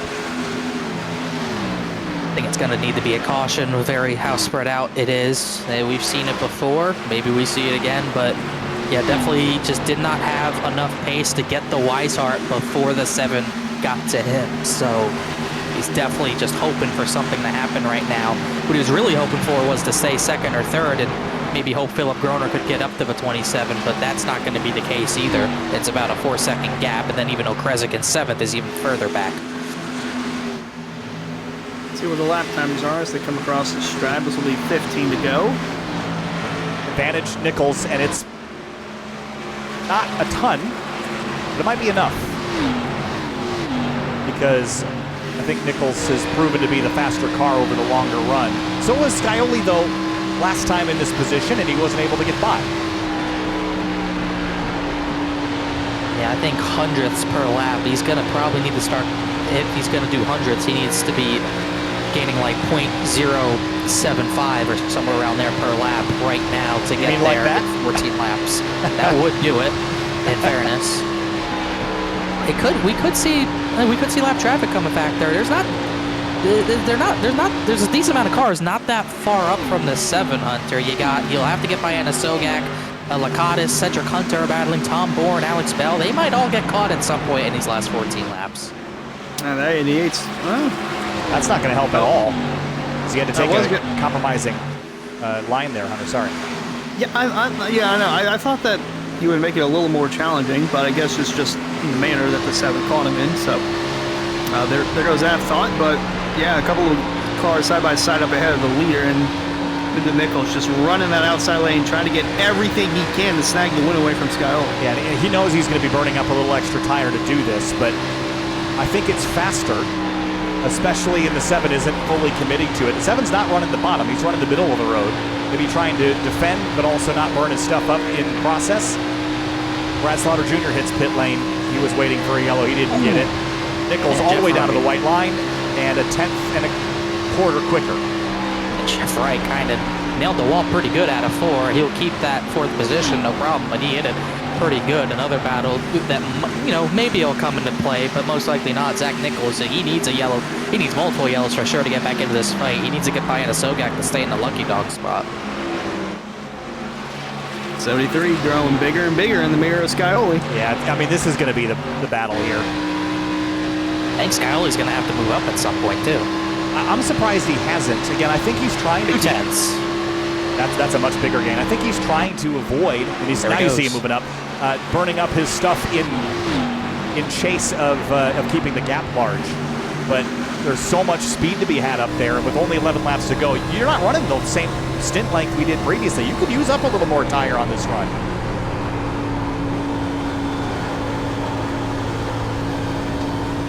Yeah, and I think at this point, Nichols knows what Scioli's going to try to do to keep the dirty air on his nose, but Scioli might have to have an issue with that once he gets closer to Cedric Hunter and Case Lakatos. I mean, they're going to catch those 2 drivers. At this point, it's just about who gets the clean air at the right time. Nichols even running the bottom while Scioli takes the top away, still faster by a 10. He is gaining. This is Dover all over. Indeed, they'll be coming up on 9 to go. The 7's going to run the bottom. The 73 is going to run the outside, and now Scioli's going to shape up the exit on turn 4 to give some dirty air to Nichols. And in the playoff picture, Jeff Wright is trapped. He needs a yellow flag. Travis Beckner is sitting pretty right now in 5th place, and the car ahead of him is Jeff Wright. Yeah, Jeff Wright's definitely wishing he maybe did something different with the strategy. Right now, there's not going to be much shifting in the playoffs. It's just about who wins their way into the next round, which with these 2, they are in even if they ran top 10. But it's going to be 2 seasons in a row where it's going to be a good battle for the one between these 2. Nichols is pretty much there, but it's the same thing we saw earlier, but the roles reversed. Scioli could catch him earlier. Now Nichols has caught him, but Scioli couldn't make the pass on track before they pit. Now Nichols is going to have to do it as he gained about another 0.5 there, and Scioli gave him the top again. Yeah, didn't have quite a strong run on corner exit like I thought he would, but still close enough to apply pressure to the 7 of Scioli as lap traffic's growing larger in the front windshield for both drivers. This is setting up to be a classic, boys, isn't it? 7 laps to go from Kansas. Both of these drivers, no matter how they finish up front here, are going to move on and be championship contenders at Atlanta, where they'll have to do this all over again for a much bigger trophy. But right now, it's game on between two of the juggernauts in the Florida Estate Builders Area Pro Series. 0.2 of a second and less now as the 73 rockets down the backstretch. And Scioli's got to make a decision on his lines because he cannot run in Cedric Hunter's dirty air. So the bottom's pretty much off limits. It's either middle or top. That time he took the top away again from the 73. But it just seems like no matter what Nichols does, he is better than Scioli at this point in the run. He has grip through the center, and he does not lose that much time on corner exit. And like I said, with the 70 running that bottom, he only got 2 lanes to choose from. That time he kind of faked middle, then drifted up the track, but it was not that good of a run through the center. Corner exit might save him here, and it will. So the 73 is going to have to back off and try again in the next set of corners. 7's going to continue to run the outside lane and just push the dirty air on the 43. But Cedric Hunter is running in that lane as well, so that's going to give Nichols a dive to the inside and some clean air to close even further on the 7. Down the front straightaway, 5 laps to go. Nichols is there. Which line does he go? Which way does he go into turn 1? He's going to shoot to the top this time. Scioli covers, but he's up the hill. He keeps driving it in hard, and then Nichols just backs up the entry to get the better exit. But that time he wiggled a little bit. By the way, classy move, Cedric Hunter just getting out of their way, letting them battle it out. They might catch Lakatos and Tom Bourne, but they're not immediately in front as Nichols goes to the middle once again. He's been good out for 4 down there. And 7 had to breathe a he little. slips. He got sideways. Wow, that's huge, and the 7 can breathe a sigh of relief for the moment, but I'll have to rally it back up through 1 and 2. Driving into turn 1, now on the bottom of the racetrack. Using every inch of this place. Progressive banking added in 2011 has made this place an absolute spectacle. In the middle of nowhere, there's nothing to look at for miles. Every eye in the state of Kansas, at least virtually, is trained on these two, coming to 3 laps to go. And that was not a good 1 and 2 for the 73. He tried bottom and he even had clean air. It did not work. That makes me feel like there's just nothing down there on the long run at this point of the race. But he went back to the top 3 and 4 and gained all of that time pretty much back. Now Scioli's got to shut that higher line down, and he does. But Nichols pokes the nose into cleaner air, and both these drivers are out of grip out of turn number 2. I think Nichols is a touch faster. I don't know if he can make that pass in time, though, as John Furness will let the leaders through. Yeah, they'll let him go as he runs the bottom, the front 2, and the race on the outside lane. 7 blocking off that nose of the 73. He'll try to diamond on exit to get a run. He'll have a strong run. Might have a good enough run for the lead in the 1. Here we go, 2 laps to go from Kansas. Here comes Jake Nichols. Is he going to go to the bottom? He goes back to the top. The 7 drops down the hill. He faked him out. He faked like he was going middle. 7 went down there, then Nichols shot to the top. This could be the move that gets him alongside. Scioli, a big wiggle out of the corner. Nichols is going to have a run to his inside. What can he do with it? Will he pull a slide job in the turn number 3? He's going to send it in hard. He's going to try it right here, coming to the white flag. Just like Monday, he's going to cross over. They almost make contact. They're going to be side by side at the line. They might even trade paint. It's 1 to go, Kyle. Mile and a half left here in Kansas. James Scioli and Jake Nichols trying to seal their ticket to Atlanta next week. The 7 drives in deep on the bottom. The 73 goes up the hill. Half a lap to go, Connor. They're going to run out of room. They're going to make contact. Scioli shut the door as much as he could, but Nichols jammed it back in there. They're going to be side by side into 3. I don't know who's going to win it. Might be a dead heat at the line. Here they go. Turns 3 and 4. Final time, back to the checkers. They slip, they slide, the 7's out of control, and Jake Nichols is going to steal it away, and he wins at Kansas, and he goes through to Atlanta with a golden ticket to the Championship 4. What a finish. That is, we've had 3 great finishes this week. That might have been the best one. That was incredible. How about that? I said it. Wow. Very similar to season 2. The last lap winning move was made off turn 4 in the only race where we had cautions. So unbelievable job from those 2. I thought it was going to end badly. That was very close to ending badly out of 2. They traded paint. They're usually very respectful. They hit out of 4 the last time by. Scioli tried to use all the room he could. He just didn't have enough. They gave it everything there. Scioli could have just flat out put him in the wall if he wanted to, but he knows that the eyes are on the bigger picture next week in Atlanta, so unbelievable effort from the 7, though, trying to power on the bottom.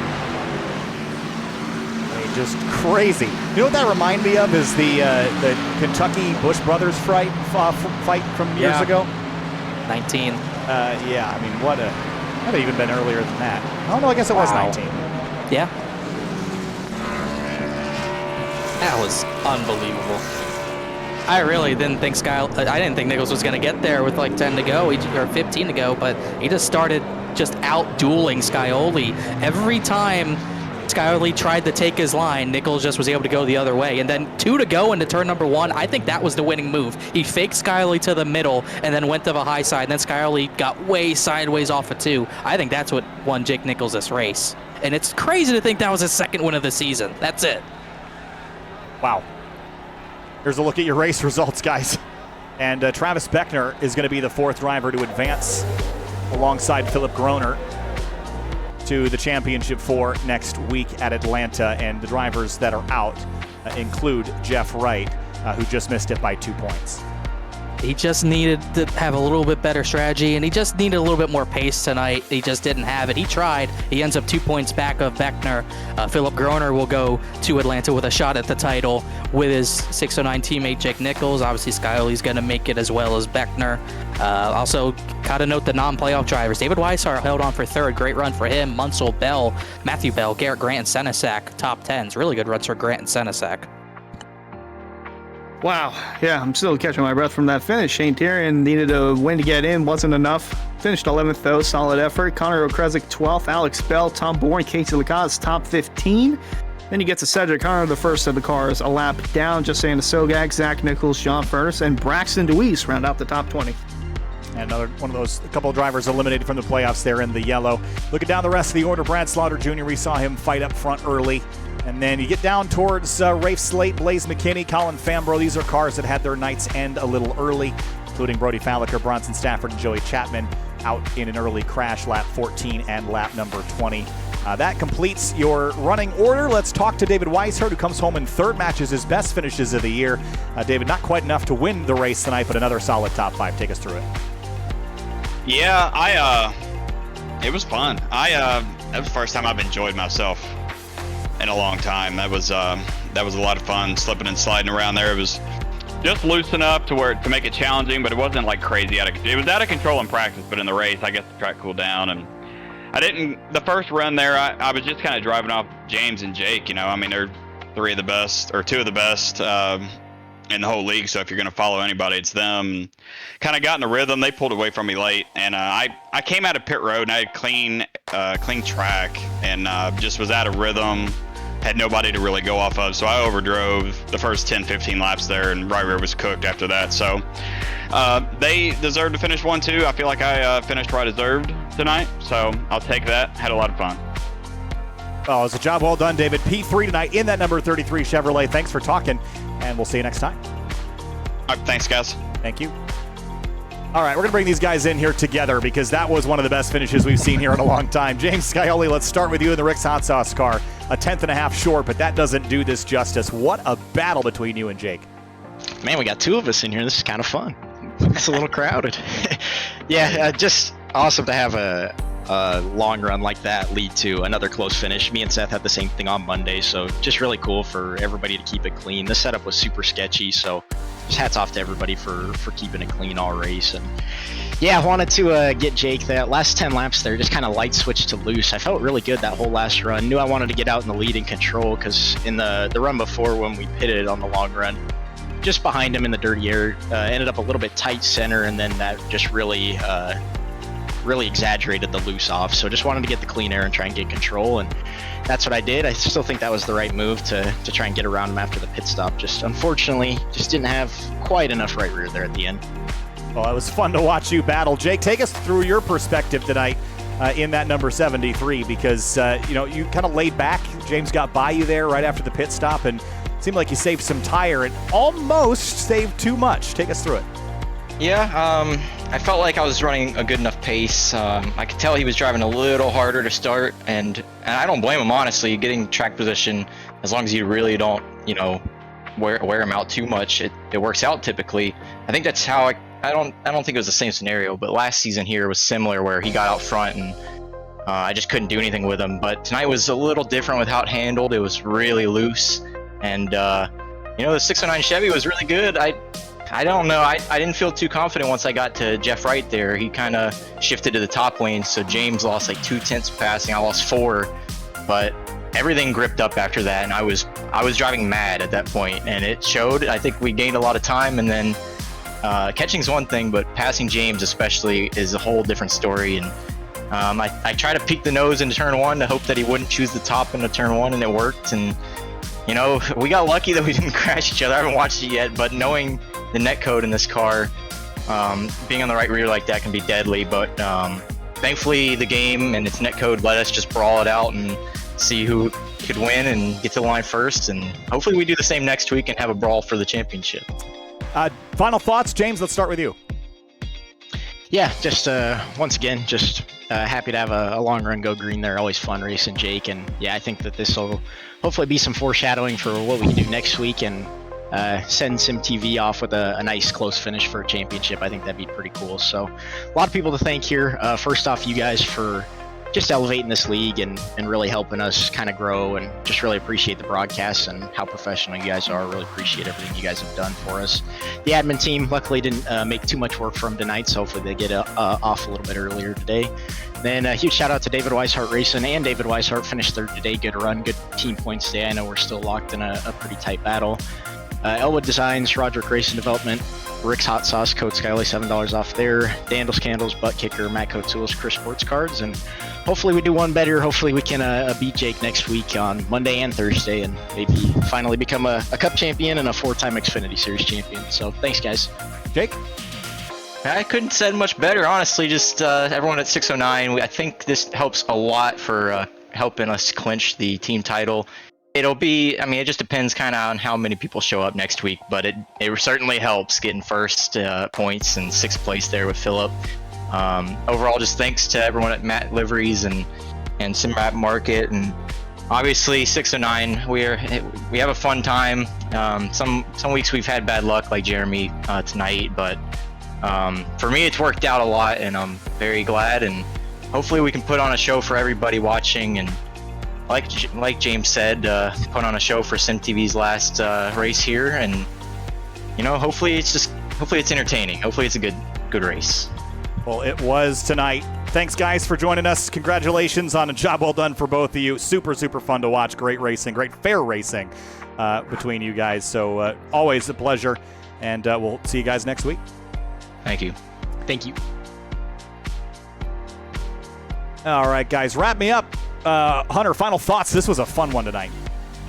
It was a fun one indeed. The thought crept into my mind that the longer this run went, maybe 73 could close in, or maybe we get a late race yellow to kind of spice things up, but we didn't even need a yellow to do that. We just had the longer run go. We had the 7 and the 73 duke it out. What a phenomenal finish that was.